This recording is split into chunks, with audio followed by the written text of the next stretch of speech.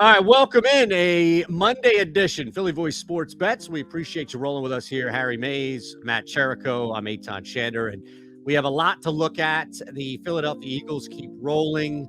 I don't know if anybody had over under 49.5 points for Joel Embiid against the Charlotte Bobcats, but that came through as well. Look, the reality is there's a trend and a theme going on here in the NFL that I don't know if either of you guys have looked at or taking advantage of, but it's still, what are we, week 13 now? Done almost in the books. We'll have Monday night to talk about. It's still happening. So I wanted to talk about that with you guys. Let me begin. This was a rough week. It was, and we have the pin sheet and all. I was going to break out the spreadsheet just to remind everybody that we're still up a bunch of units.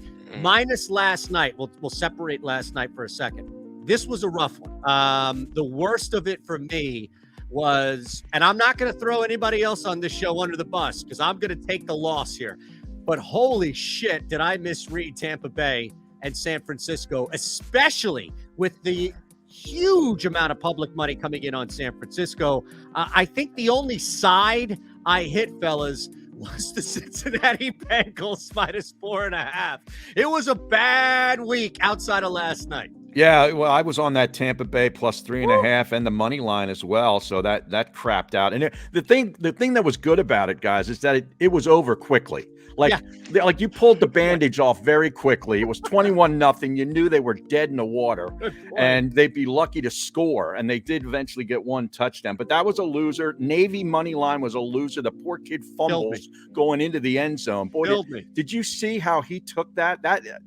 That's crushed that kid. I hope he's okay. He needs a welfare check today because he really took that hard, fumbling that game. They fired the coach then the next day, which that guy's been there for like 20 years. And he gets whacked. That was a loser. And McElroy and Woods was a loser. That was another one where you kind of knew it was over very quickly. I didn't watch that. I forgot, and I didn't willingly forget, but I forgot it was on there because there was a lot of college stuff happening. Yeah. And then I looked up and I was like, oh, shit. And the first thing I thought of was what you said, which is give me the number one player in the world with plus money every time. Like, what happened? Yeah, well, I mean, Tiger, is obviously he's very rusty. He hadn't picked up a club in a couple of weeks because of this plantar fasciitis. Yeah, and you could tell right away that, he would, even the great ones get rusty, when they're not practicing and playing. And McElroy was he was just sort of like an innocent bystander during the whole thing. It was almost like I don't want to take any of the fact that Tiger's here away from the event. And he sort of sat back and was kind of a passive player. The other guys got up early and really never looked back. So those were the losers, but I did have a lot of good yesterday. The Eagles, the Jets, the Minnesota Detroit over 52, and the teaser on the Bengals and Eagles. Didn't even need it, but that hit too. So there was some good along with the bad. Nice. Yeah, I had a decent weekend as well. I was able to hit. Derrick Henry had himself a game. Great first half. He put up that 121 and a touchdown. So we were able to cash both the anytime touchdown and his over on yardage. And then, of course, Devontae Smith, first half cash. We couldn't be too mad about that one. Coming up with 60 yards in that first half. We had him at 58.5 originally. So I loved that play. And the only one that I really whiffed on was looking at the Minnesota Vikings. I thought that this was a bit of a trap game set up for Dan Campbell and the Lions to lose, but they keep proving us wrong. Don't and that doubt offense, my Dan Campbell Lions. Yeah. They're incredible. And right now they have a spark, and they honestly are trying to sneak into a playoff position at this point. They can beat the Jets next week. And that's where I think it's people are going to look at what happened in that Jets game. They went up against a buzzsaw. I mean, they were able to cover 10-9 right down to it, which killed me because here I am getting 1.5 of closing line value, if you even believe in that bullshit. And it still didn't matter at the end of it. But the point being is that I think a lot of people now, and look, I'll say this, we'll talk about that if it's a look ahead or not. But as soon as people try to figure this thing out, and I thought Matt and I did that last week when Harry got the over, which was great. But I thought we did that, which is get ahead of figuring this thing out, because people think, oh, look, the Lions. And I think this might be that week because it's easy to look at the box score. It's easy to look at the Jets struggling. It's easy to look at all that and say, oh, man, the Jets are prime. I don't know. All I'm saying is, I don't know if you saw any of that game. Mike White took a beating in that game. I did. I got so live plays. I had a live under in that play, and it lost by a half a point. Ooh. And I had to live bet the Dallas Cowboys at plus 1.5 just to lose the juice on the initial live bet. Yeah. So you can imagine how much fire I was playing with. Yeah. And how does Houston not score after intercepting the ball in the red zone? Essentially, they took over at the 10-yard line or something. They came away with nothing. Yep. I mean, don't you have to kick the field goal there to force Dallas to score a touchdown on you? I think so. Honestly, I don't know. At that point, you're right. You've got nothing to lose in your season. Yeah. Right? I mean, phew. Yeah. Now, last night, before we hit anything moving forward, this is the theory, and I don't know when the last time a favorite has covered or what the record would be for a favorite covering. And I think what happens is we talked about this last week. People lose. That Chargers line was sitting at 3.5. And I think a lot of people just thought to themselves, well, Miami. And there's something to dogs and unders in Sunday Night Football. And I think we probably will play. It's hard for me to correlate that into tonight because of Arizona. But I don't know. There's just something with that. That's all. You could almost go and group that umbrella under primetime games, right? Especially Thursday Night Football. We've seen consistent unders, consistent stinker games. Yeah. So I don't know. Next Sunday night, it's interesting you say that because I was looking at that game. It's for a playoff spot. The loser of that game is essentially almost eliminated from the playoff picture. And the Giants have been taking on water these last couple of weeks. They are who we thought they were. Absolutely. The New York Football Giants. But nonetheless, they have a chance to really take Washington out of the playoff picture and keep themselves alive next week. Plus 4.5 sounds pretty good to me in a division road game, and it's going to be an under too. Look at that totals, 38.5. So I'm glad you brought that up because that's one of the games that I actually played right away because we get these you should all look at what happens right away. And if you want to look at Bovada, if you want to look at Pinnacle, if you want to look at any of these sites, Penny's probably a good one to start with as soon as the lines open up. Because when you go to your book, DK, FD, what have you, chances are that they've moved just a little bit, right? Right. So I noticed off of what happened at Pinnacle. Exactly. Right, and I noticed that, this line opened up, Harry, at 4 and was immediately bet to 4.5. Oh, it's bet up to 4.5. Exactly. Okay. So I jumped on Washington at that point because I liked Washington. And I feel like people are looking at what happened last week and thinking, at some point, people are paying attention. Once this week is over, people are going to look back and say, "Wait a second, Washington." I don't know. I think I like Washington again. Well, I just think you got two key numbers there of 3 and 4 in a division game. Yeah. I just think these games, they always play ugly games, those two teams. I mean, it's every time they play, you're lucky to get 20-17 in the game. Yep. Yeah, I see the angle that you're coming from because a lot of people are probably looking at this game. They're thinking Washington coming off of a bye. Everybody's fully healthy, getting back. First game going to be with Chase Young. Probably a lot of money coming in on Washington. So I do like that plus 4.5 for the Giants. And that's the thing. I think initially somebody or something, or maybe it was just a lot of money. Maybe it was public. I don't know what it was, but something moved it off 4. And now to Harry's point initially about it being 4.5 in a division game. And then to your point, Matt, because both of you guys made the point that I was trying to make that I failed. But that's it, is we're trying to get ahead of this before the public realizes this and starts smashing Washington and then may drop to 4, maybe even 3.5. Would it shock you if it drops down to 3.5? No. See, here's another one. As soon as the Desmond Ridder news came out, this is on December 8th, I jumped on Atlanta plus 4.5. I love that. I was going to have that one as one of my look aheads just because we see how the Bucs lost last night. Atlanta is right in that playoff mix. Yeah. They're going to try and win this game, and the Saints are not any competition in my mind. What's Marcus Mariota doing? Running, right? It's not like Desmond Ridder has to make up for 300 yards in the air. Right. No, you're right. So that's now dropped to 3.5. So that was one I like. All right, let's talk about Monday Night Football. Anything else you have? Must we? Well, this, look, this game is yes, because I found some value. Damn it! Oh, you did? Right? Okay. Yeah, absolutely. I found some value. Now, whatever happened. I don't know what happened, right? But ever since Arizona fired their best coach on Monday night or before Monday night at that Mexico City game, right? Like he allegedly did so. I don't even want to get in. I don't know what happened. Like he did something, right? Or allegedly.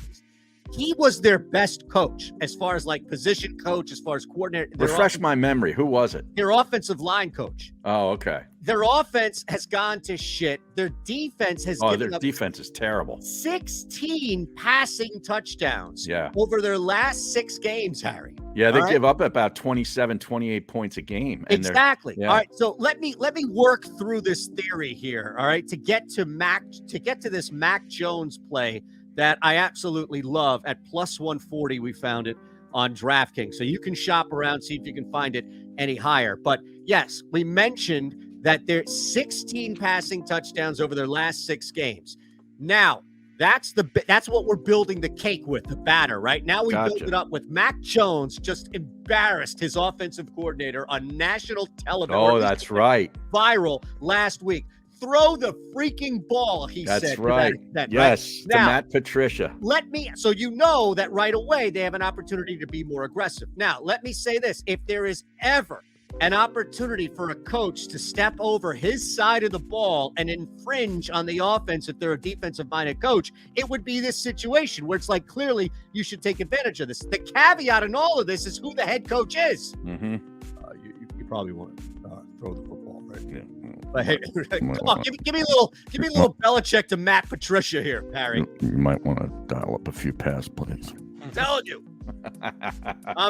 you. So Mac Jones over 1.5 passing touchdowns, plus 140. Look, I'll also go over a half interception at minus 105 because I think the pass volume alone is just going to go up for Mac Jones. So I'm going to target those 2 plays. What about the over in the game? I don't know what to do with that. Okay. I was a little iffy. I even considered dropping that down a little bit just because I felt like you could get just hooked on that number. It was a little odd to me. I felt like you could just fall victim to that half point.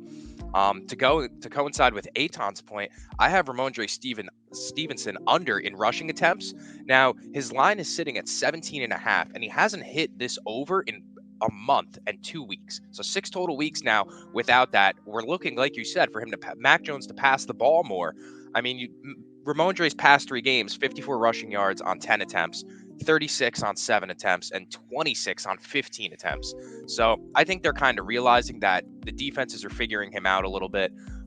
Not that he's just a flash in the pan because he's extremely talented, but I think, like Eitan's saying, they're going to try and run the ball or pass the ball a little bit more. If they stray away from the run game, I think that could come at the expense of Ramondre Stevenson because Damian Harris is that pass catching back, and they're going to have him taking more snaps. So I like the under in rushing attempts at 17.5 for even money on Ramondre.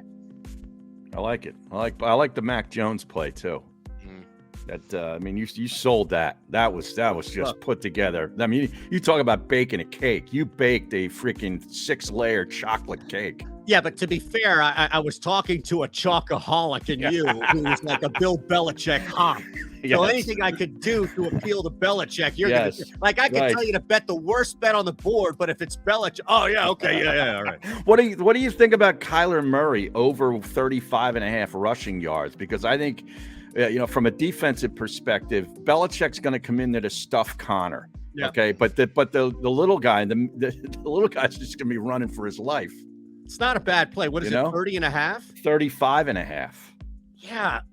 I feel like he's running. Maybe it's just out of desperation, right? They're in desperation mode. They know that if they don't make the playoffs, which they're probably not going to, everybody's going to get fired. Look, it makes Sean Kugler was the guy's name they fired. I mean, their offensive line has been in total disarray. So you're right. Mm-hmm. That's not a bad play. Over 35.5 rushing yards for Murray. We know he has the explosiveness in him. I'd have to look. He could get that in one run. He could, right. Is he running? So the big thing that's changed with him, right, over the last couple of years is like a lot of design stuff seems to have fizzled. No, I mean, look, he's gone over that in 3 straight games. The fourth game was 30, and then he's gone. So 2, 3. He's gone over that in 5 of his last 6 games. And really, the first 4 weeks, he went under that. And then 5 of his last 6, he's gone over. All right, I'm sold. And the team is 5-0-1 to the over in the last 6 games that they've played. Wow. Can Cliff do it? Yeah. Yeah, see, the total scares me. I don't want to mess with the total here. Okay. But it would be a contrarian play, I think, to take an over in this game. Don't you think? I think most people look at both of these teams and think under. Yeah, I was somewhat along the lines of under. Another pick that I had for this one was the under 4.5 total touchdowns in this game. Said that. Yeah, for minus 105. Oh, okay. I think. Yeah, I don't. Yeah, that's not bad. I can't see 5 touchdowns. I can't see Mac throwing for 2 and them running for 1, and the Cardinals putting up an offensive barrage like that. And I couldn't find any field goal props yet. Oh, well, you got to look at BetMGM has the best one. Which is, it didn't hit last night, which is fine because it's going to hit tonight. That's usually how it works. Each team to kick 1 field goal in the first half. And look, I think Tua completed 4 passes in the first half last night. I mean, that was a atrocious effort. All right, this is a minus 110 2-leg same game parlay. All right, the Patriots plus 3.5. Under 51.5, which is like the second key outside of 41. So you're getting points with the Patriots. Oh yeah, I'm taking 3.5 on the road. Okay. Yes, wow. I've reversed. I've worked the spread and I've worked the total. Look, it's 43.5. So not only am I under the key number at 51.5 with the hook, but the spread difference now between what it is, the total 43.5 and my adjusted total is 8 points. So I'm covered with an 8 as opposed to, like, you would not want it to be 44.5 and then you get screwed because some team, Belichick goes for 2 when he's up by 16 or something like that. And can somebody tell me why Minnesota chose to go for 2 yesterday on their second touchdown? The score was 21-7. They score a touchdown and went for 2 and missed it. I thought that was going to screw me on the overall over. No. I'm like, if I lose by half a point or a point because you went for 2. Is that what the hell is that? Is that like an analytic thing? Yeah, well, it had to be analytics, but I know they went for 2 and missed it. I hate this thing. Yes. God, it drives me outside of betting the NBA and going like over under some guy's assists and then seeing the NBA or some book or what have you rip assists off because it was determined after the fact that some asshole touched the ball with his fingertip. Like, the NBA, outside of that, you're right. Like the NFL, just maddening. All right. What do you guys have? Anything you want to look ahead to in the NFL or college before we start here? I did look at There's a bunch of bowl games starting on Friday. Saturday's like 6 bowl games, I think, plus 3 NFL games. Correct. Wow. Saturday is I'm overloaded. So here's what I did. I jumped on the San Francisco 49ers laying a 1.5 points at Seattle Thursday night, first half. Okay, because it's 3.5 is the game. Correct. Just first half. I want to get in here. Pete Carroll, comeback, backdoor, all. I kind of like Seattle plus the 3.5 in the game. Yeah, it's that which I don't mind. Yeah, but I look, San Fran is so hot. I think there's something to play here, so I'm just going to play that in the first half. What a shame they lost Deebo Samuel. That stinks. Well, he's out now. What, 3 weeks, 4 weeks? Is that it? High ankle sprain. So is that what it was? Oh, so nothing was torn then officially. No. Oh, good. Man, I thought he was done for the year. All right, real quick. I told you about the Commanders. Wait a second. I messed up here. I'm sorry. I got in. It was Washington minus 4.5. Mm-hmm. Let me rephrase everything. Washington minus 4.5. I got in at Washington minus 4. Not minus 4. So I misspoke everything like that. The other one was last night. This was before the game was played at 8:02 last night. I was on the Chargers, so it made sense if I was on the Chargers to bet ahead. LA minus 2.5 hosting the Titans. But let's be honest, congrats to Jericho for nailing that Derrick Henry proper too. But that team is in total What is happening there? Total disarray. Last one before you guys hit yours. I'm going to leave you with this. Doesn't make any sense to me. Maybe you can help me understand why the LA Rams, who have a quarterback now, are getting 8 points at Green Bay. What am I missing? Oh, that's for the next week's Monday night game? Yeah. Oh, wow. I love that one. That was 8 going to be one of my points. look-aheads for sure. Okay. Yeah. All right, For sure. I took up way too much time. You guys take it. Sorry. No, I was looking at the Seattle Seahawks on Thursday night. You know, Pete Carroll is a defensive genius. He's going to come up with some sort of scheme that's going to mess with Brock Purdy and McCaffrey, in my view. So I could see this being a late fourth quarter touchdown backdoor. They lose by 3. I'm telling you. And I love Buffalo on Saturday night. It's going to be about 28 degrees up there. Okay. Miami's the whole thing with Miami. It's sort of like the Giants, but they have more weapons. But they're coming back down to where they really are. Buffalo. Yeah. Buffalo. Oh, I thought you meant Miami. No. Okay. I like Okay. Buffalo. Yeah, Buffalo is cooking right now. Yeah, definitely. Looking ahead, I really like Minnesota this week to get back on track, going up against Jeff Saturday and the Colts. And it's on Saturday. It is. Oh, honestly, wait a It minute. is. I might take that back. Saturday on Saturday. Saturday on Saturday. Crime. Yes. No, but the -4.5 seems pretty appealing to me. I don't think there's anybody in the secondary. I mean, they have Stephon Gilmore, but I don't think he's going to be able to hang with Justin Jefferson, especially in a get-right game for Minnesota. They're going to be looking to bounce back. That offense is going to try and stay hot. Another one I really liked was the Detroit Lions. I think I'm going to take them straight up on the money line at -106. They are coming, baby. They have arrived, and I think the Amon-Ra versus Sauce Gardner matchup is going to be that's going to be good. Yeah. So I'm excited Is that for not that. an underplay for you guys? Or do you worry that Mike White goes 350-3 against that? Detroit's defense is not good. That's the one Yeah, thing. it is They a little score. suspect. They Yeah. score, but they also give up a lot of points and a lot of yards. What Kirk Cousins? What did he throw for yesterday? Oh, Kirk 300-400 yards. It was a Not lot. enough, yeah. Yeah, so I don't know. I mean, Mike White, after getting folded like a lawn chair, I think he might want to come back and have some offense going. I think he's just going to be in bubble wrap until then. But my last look ahead was then I was checking out, where is it, as well, the Chargers -3 going up against the Titans. They're at home once again, so I think being in SoFi for another week is going to get them, keep their momentum going. And like Eitan was saying, the Titans are just a mess. What is happening there? They have no idea what's going on. They brought in Robert Woods to be like a #1 receiver, and Ryan Tannehill can't throw the ball. So, I mean, you just have an entire logjam at wide receiver, and you're just stuck with Derrick Henry, who everybody knows that's obviously your best offensive piece, and you can't help but just try and jam it down their throat until it works. That's all they have. Well, he did nothing in the second half in that game. No, not at all. I mean, not having Burks is huge. Yeah. All right. Anything else? You mentioned the bowl action. I'm still waiting until Wednesday. I think I'm going to have a full, maybe like 3 or 4 sheet.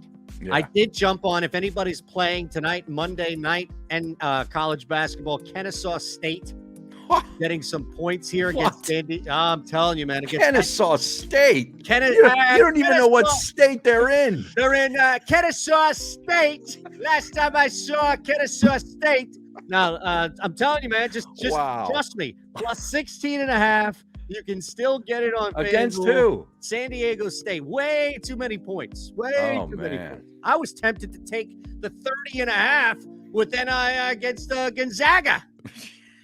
No, that's the only other one there. Well, I hope you didn't lay the points with Temple on Saturday afternoon. Oof. They gave up a 24-3 run to finish out that game over the final 8.5 minutes. They scored 3 points and got beat by 20. They had white boys dunking on their ass from Penn. I watched it. It was a disgrace. That's we had Penn on at the Odd Shopper spot. We had Penn. I didn't think they'd win outright. I was just taking the 4.5. Well, as soon as I saw the line at 4.5, I was worried. That was narrow. That was Is Aaron McKee going to be the first coach fired in Philadelphia this year? No, he'll last the season, but at this rate, I don't see him coming back for next year. All right. Well, we're going to be back on Wednesday, and we'll hit you with a bunch more stuff there. See what we can get in. College football. Again, we're going to be think about that. Wednesday, we're going to be loaded. College football, the NFL, a bunch of stuff. We'll track WalterFootball.com this week. Looks like Friday Right. or so, and then we'll have some fun. Yeah, you really got to watch these games like ahead of time to figure out who's playing, who's not going to play in the game, who's saving themselves for the NFL draft, or they've already decided to hit the portal, and which coach is actually going to coach in the bowl game, because you got these coaches leaving left and right too. So it's these early bowl games are tough to handicap if you don't know the rosters. Yep. You're right. Great point there, because you don't want to bet on some kid who's gone or a coach who's got 2 feet out the door. Right. Right. Right. All right. We'll see you guys on Wednesday. Thumbs up, subscribe.